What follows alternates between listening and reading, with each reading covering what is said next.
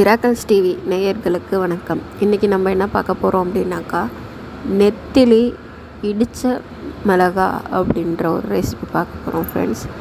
நம்ம நார்மலாக நெத்திலியை எப்பயும் வாஷ் பண்ணுற மாதிரி வாஷ் பண்ணிவிட்டு சுத்தம் பண்ணிவிட்டு அதை சுடு தண்ணியில் ஊற வச்சு வாஷ் பண்ணிவிட்டு அதை கொஞ்சம் உணர விட்டுட்டு அதுக்கப்புறம் எண்ணெயில் பொரித்து தனியாக எடுத்து வச்சுக்கோங்க ஃப்ரெண்ட்ஸ்.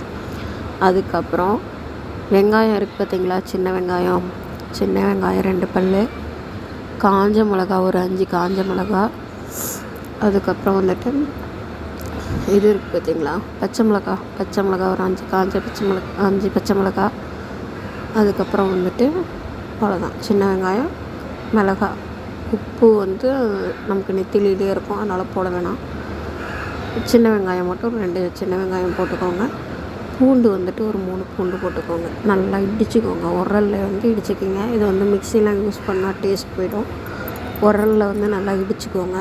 இடிச்சுட்டு அதை என்ன பண்ணுறீங்க அப்படின்னாக்கா, அந்த எண்ணெயில் பொரித்து எடுத்து வச்சுருக்கீங்க பார்த்தீங்களா நெத்திலி, அந்த எடுத்து தனியாக வச்சுருக்கீங்க. அதில் கொஞ்சமாக பேனில் எண்ணெய் ஊற்றி அதில் கடுகு எதுவுமே போட வேணாம். அந்த மசாலா இருக்குது பார்த்தீங்களா, அந்த மசாலாவை போட்டுட்டு அந்த கருவாடியும் போட்டுருங்க. போட்டு அப்படியே கிண்டி அப்படியே ஒரு பேஸ்ட் மாதிரி வரும். அந்த இதில் பச்சை மிளகா, பட்டை மிளகா, வெங்காயத்தை கூட கொஞ்சோண்டு புளி சேர்த்துக்கோங்க. கொஞ்சோண்டு ஒரு துளி புளி எடுத்துக்கோங்க. அப்படி இல்லைனாக்கா ஒரு பீஸ் தக்காளி எடுத்துக்கோங்க. அவ்வளோதான். அதிகமாக எடுத்துக்கிட்டால் டேஸ்ட் நல்லா இருக்காது.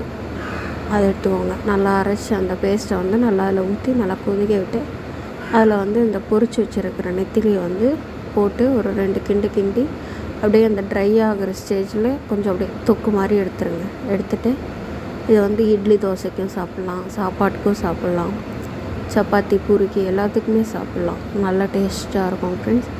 மெயின் டிஷ் தயிர் சாதம், அந்த பழைய சாப்பாடு சொல்லுவாங்க பார்த்திங்களா, பழைய சாதம், அப்புறம் ரச சாதம், இதுக்கெலாம் செம்மையாக இருக்கும். அதுவும் இல்லாமல் சுட நீங்கள் சாப்பாடு புதுசாக வடித்த சாப்பாட்டில் அதை போட்டு சாப்பிடும்போது அவ்வளோ ருசியாக இருக்கும் ஃப்ரெண்ட்ஸ்.